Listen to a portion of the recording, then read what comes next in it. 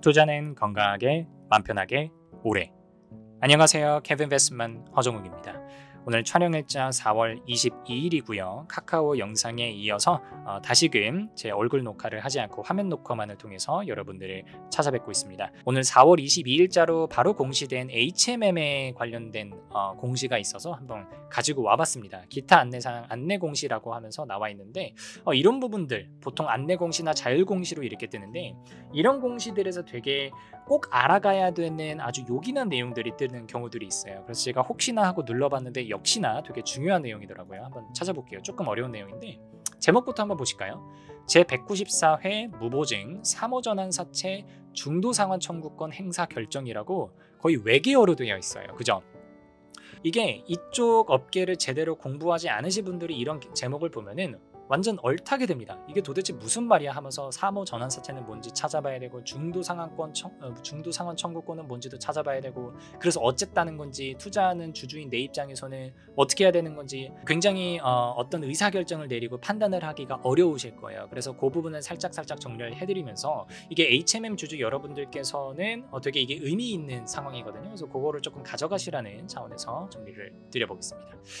먼저 194회에 사모전환 사채를 발행한 내역이 있었다는 거예요. 다 뒤에서 정리해드릴 거예요. 발행일이 2019년도였고요. 총 1000억짜리 발행한 거였고요. 2019년도에 발행을 했는데 만기일이 되게 웃겨요. 만기일이 2049년까지 나와 있습니다. 표면 이자율 3%인 거 오케이, 요거는 뭐 그렇다고 쳐요.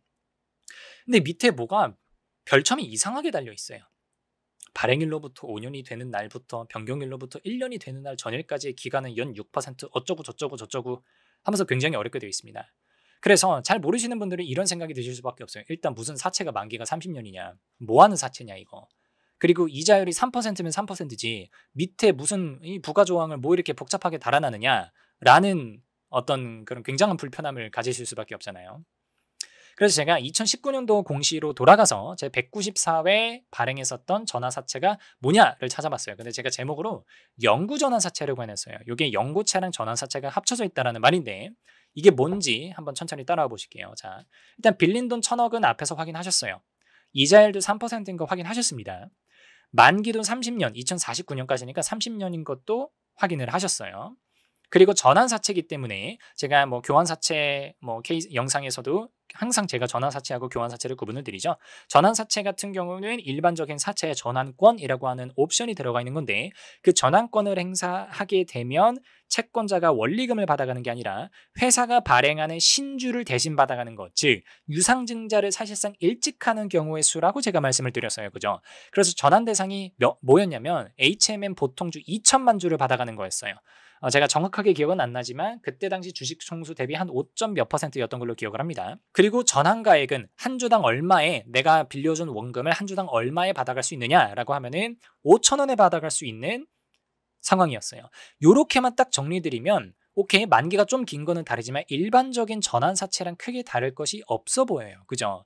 근데 여기서 왜 제가 영구전환사채라고 말씀을 드렸냐면 다음 페이지로 넘어가 보실게요. 자, 만기 연장과 관련된 조항을 제가 그대로 캡처를 떠왔습니다. 현대상선 HMM입니다.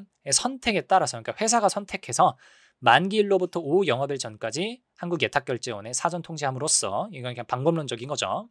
본 계약에 따른 발행 조건과 동일한 조건으로 본권 사채의 만기를 30년간 연장할 수 있으며 만기를 연장할 수 있는 횟수는 제한이 없다라고 되어 있어요. 자, 지금 기본적으로 세팅이 된 만기가 30년입니다. 근데 HMM이 선택을 하면 만기를 30년 더 연장할 수 있고 횟수가 제한이 없다는 겁니다. 그럼 30년, 60년, 90년, 120년 계속 갈 수 있다는 얘기예요. 그러면 이 부분이 바로 이 전환사채가 만기가 사실상 없는 것과 다름없는 영구전환사채라는 것을 의미합니다. 우리가 영구채라고 했을 때요, 진짜 만기가 없다라고 하는 영구채는 없습니다. 그렇게 나오는 사채는 제가 지금까지 본 적이 없어요. 다 어떤 종류로 되어 있냐면 거의 대부분 30년으로 가져가요. 일단 만기 30년인데 30년 지났을 때 회사가 원하면 또 30년 연장할 수 있어. 그리고 그거 얼마든지 네가 할 수 있어. 그럼 실질적으로 영구채라는 거거든요. 그래서 그런 부분에서 영구전환사채다라는 거 아실 수 있는 부분이고요. 이 부분이 되게 중요합니다. 제가 스텝법이라고 적어놨어요. 요거 스텝법의 의미를 설명드리기 전에 먼저 조항을 한번 살펴볼게요. 사채 발행일로부터 5년이 되는 날 전일까지의 기간은 3%예요. 즉 사채 발행하고 나서 5년 동안은 1년에 3%씩 이자를 부담한다는 거예요. 근데 변경일로부터 1년이 되는 날까지는 6%예요. 그러니까 그 6년째인 그 1년 동안은 6% 이자율을 부담하는 거고요. 그 다음부터는 6%에 연 0.25%의 이율을 가산해서 매 1년마다 0.25%씩 올라간다는 거예요. 자, 그러면은 6년째에는 6%, 그 다음에는 6.25, 그 다음에는 6.5, 6.75, 7, 7.25, 7.5 이런 식으로 0.25%씩 마치 기준금리 우리가 인상하듯이 그렇게 올라간다는 겁니다. 그러면 이자율이 지금 해가 지날 때마다 우리가 이제 그래프를 그려보면 이렇게 계단식으로 이자율이 상승하게 되거든요. 이거를 진짜 계단이 올라간다 그래서 스텝업 조항이라 그래요.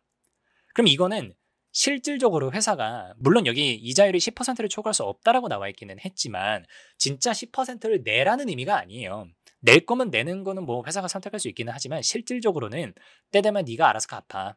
5년이 되기 전에 어지간하면 갚아 라고 한다는 얘기예요. 그래서 요 스텝업 조항이 들어가 있는 겁니다. 이게 보통 영구채의 경우에는 스텝업 조항이 대부분 들어가 있습니다. 왜냐하면 채권자 입장에서도 시중금리 상황이 어떻게 될지 모르는데 굉장히 싼 이자율에 만약에 30년을 계속 빌려주게 되면 만약에 시중금리가 막 7, 8%까지 올랐는데 굉장히 쌀 때 발행을 해가지고 이자율이 3, 4%로 고정이 되어 있으면 채권자는 손해밖에 못 보잖아요. 그래서 그 손해보는 거를 막아주기 위해서 스텝업을 표면적으로 넣어주는 거거든요. 그리고 5년이 되기 전에 5년부터는 이자율이 확 하고 6%로 뛰어 올라가기 때문에 5년이 되기 전에 네가 알아서 갚아라고 하는 얘기입니다. 그럼 여기서 잠깐 조금만 더 어려운 얘기로 들어가 보면 회사가 굳이 연구차를 발행하는 이유가 뭘까요? 사실은 뭐 시간이 지나다 보면 어차피 이자율이 올라가는데 그래서 실질적으로 5년 내내 갚으라고 하는 건데 굳이 연구채로 조달하는 이유가 뭘까라고 생각을 해보면 약간 회계적인 설명을 드려야 되는데 뭐 구체적인 이야기까지는 안 드릴게요. 연구채는요 표면적으로는 부채입니다. 회사가 발행한 회사채이기 때문에 부채예요. 근데 재무제표상에는 이 연구채가 부채로 들어가지 않습니다. 자세한 거는 여기서부터 묻지 마세요. 연구채는 재무제표상에 부채로 들어가지 않아요.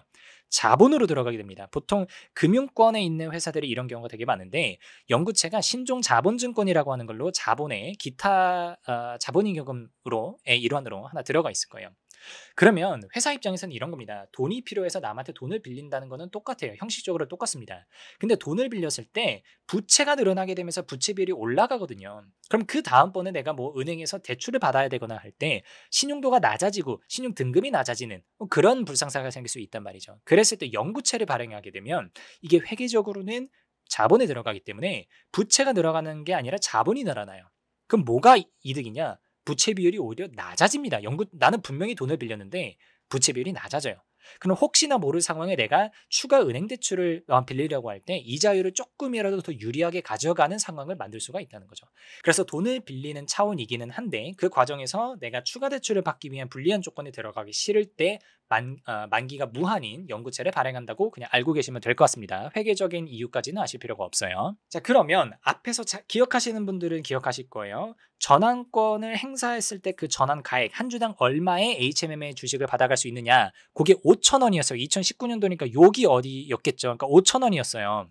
근데 2021년도 때 주가가 뭐 10배 뭐 가까이 나고 지금은 16,000원까지 떨어져 있어요. 그러면 떨어진 주가라고 하더라도 5,000원 대비 16,000원이면 지금 이 전환을 받아도 3배의 투자 차익을 낼 수가 있습니다. 그죠? 5,000원에 전환 받아서 16,000원에 팔 수가 있으니까.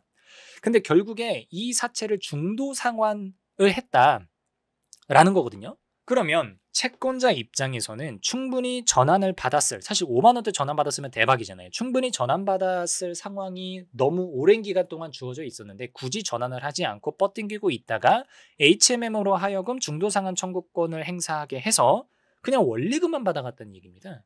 그럼 그 어떤 바보 같은 채권자가 이런 결정을 하겠어요?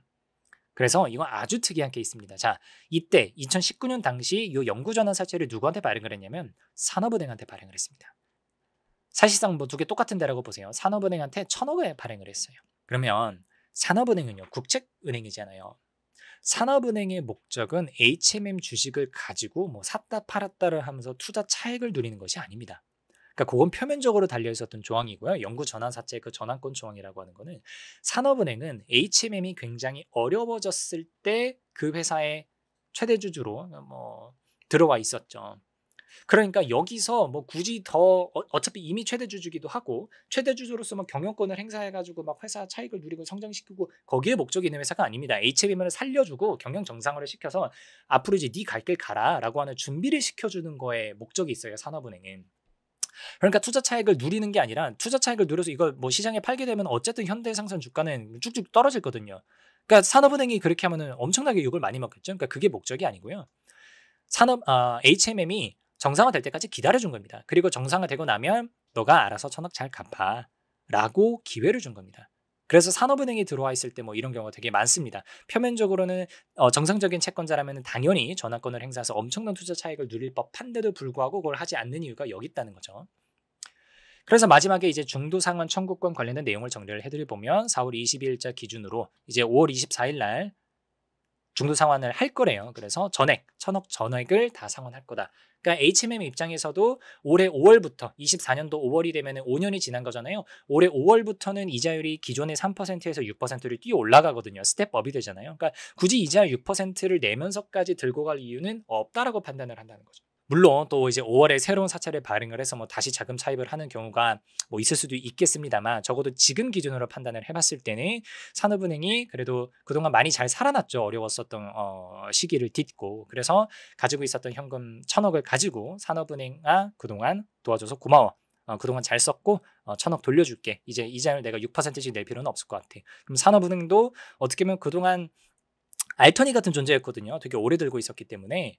그래서 뭐 산업은행이 들고 있는 이 지분을 뭐 다른 데다가 M&A로 블록딜을 해야 되니 말아야 되니 굉장히 여러 가지 뉴스가 있었는데 어쨌든 HMM이 그렇게 제자리를 찾으면서 산업은행도 소기의 목적, HMM의 경영 정상화를 하는 거, 소기의 목적을 달성하는 케이스였다. 이렇게 아시면 되겠습니다. 총 5년 정도가 걸린 프로젝트였습니다. 네, 그래서 정리 드려보겠습니다. 이번에 공시가 나왔었던 영구전환사채 중도상환 청구권 관련된 공시는 일단 영구전환사채가 뭔지부터 알아야 되고 그걸 중도상환한다는 게 뭔지 또 알아야 된다는 두 가지 맥락으로 보시면 되고요.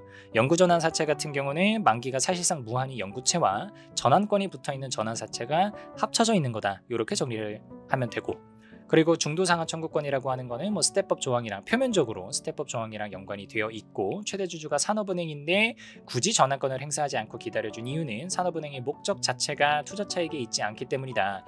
HMM의 경영 정상화에 있기 때문에 전환권을 행사하지 않고 HMM이 준비돼서 상환을 할 때까지 기다려준 거다. 그리고 HMM이 그 영구전환 사채에 옵션으로 들어가 있었던 콜옵션이거든요. 내가 만기가 되기 전에 만기가 없잖아요 사실상. 그래서 만기가 되기 전에 그냥 갚아줄게. 그동안 잘 썼어 하고 돌려준다는 그런 내용의 공시가 2024년 4월 22일 오늘 기준으로 떴다라는 말씀 정리드릴 수 있겠습니다. 오늘 강의가 도움이 되었기를 바라고요. 여기까지 하겠습니다. 감사합니다.